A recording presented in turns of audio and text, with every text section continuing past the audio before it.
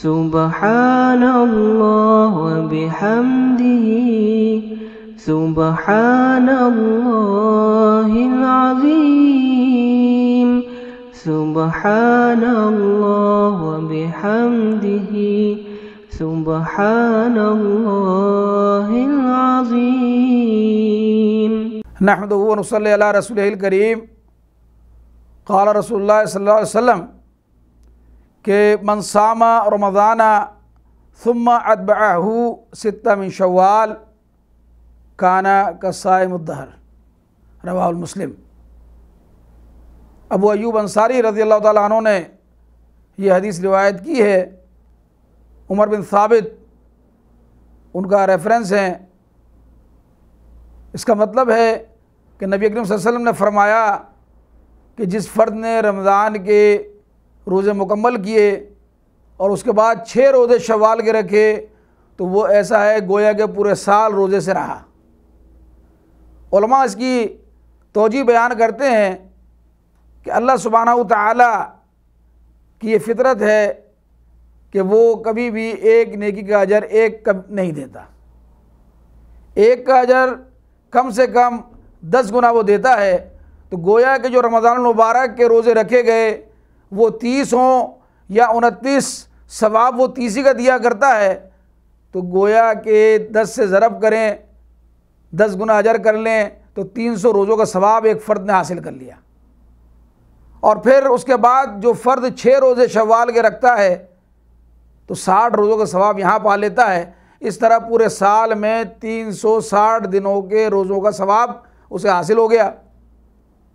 اور 5 دن سال میں ہوتے 365 دن ہیں، ان میں 5 دن ایسے ہوتے ہیں کہ جن کے روزے اللہ سبحانہ و تعالیٰ نے منع کر دیے۔ ایک عید الفطر کا روزہ اور 4 ایام تشریق کے روزے، گویا کہ یہ 5 روزے اگر مائنس کر دیں وہ 360 کا نصاب بن جاتا ہے۔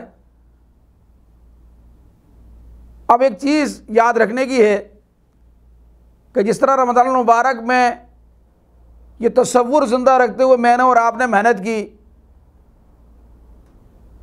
کہ یہ رمضان شاید ہماری زندگی کا آخری رمضان ہو، اس رمضان سے پہلے کتنے ہی تھے جو ماضی کا حصہ بن گئے، اور اگلا رمضان مجھے نہیں پتا، آپ کو نہیں پتا، ہمیں نصیب ہوتا ہے کہ نہیں ہوتا۔ مجھے نہیں پتا کہ اگلے رمضان میں میرا جسم وہ کیڑے بھی کھا چکے ہوں گے، لہٰذا وہ وقت آنے سے پہلے میں یہ تصور کر لوں کہ یہ جو شوال کے روزے آ رہے ہیں یہ بھی رمضان کی طرح ہر سال ایک ہی بار آتے ہیں، تو لہٰذا ان روزوں کی گنتی کو میں پورا کر لوں۔ اور پھر ایک شرعی مسئلہ جو پیش نظر رہنا چاہیے وہ یہ کہ ہمارے بر صغیر میں یہ بات مشہور ہے کہ یہ روزے عید کے دوسرے دن سے شروع کر دیے جائیں، اس میں کوئی حقیقت نہیں ہے۔ یہ روزے ہم نے شوال کے مہینے میں کبھی بھی پورے کرنے ہیں، بس یہ ہے کہ اگلا ذوالقعدہ کا چاند نظر آنے سے پہلے یہ روزے مکمل ہو جائیں۔ ہم ترتیب وار رکھ سکتے ہیں، وہ بھی بہتر ہے۔ ہم کچھ گیپ دے کر، کچھ وقفہ دے کر رکھنا چاہیں وہ بھی بہتر ہے۔ ہاں لیکن اگر خدا نخواستہ کسی کے کچھ روزے رمضان المبارک میں بیماری کی وجہ سے یا سفر کی حالت کی وجہ سے وہ رہ گئے ہوں تو پہلا حق یہ بنتا ہے کہ بندہ اپنے فرض کو پورا کرے اور پھر یہ نفل کی طرف آئے۔ تو اللہ سبحانہ و تعالیٰ سے دعا ہے کہ اللہ سبحانہ و تعالیٰ مجھے اور آپ کو عمل کی توفیق عطا فرمائے۔ وآخر دعوانا ان الحمدللہ رب العالمین۔ اللہم صلی علی سیدنا محمد وعلی آلہ وصحبہ وسلم۔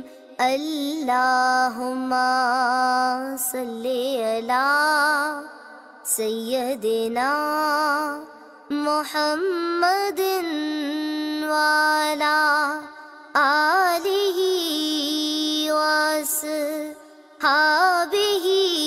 وسلم۔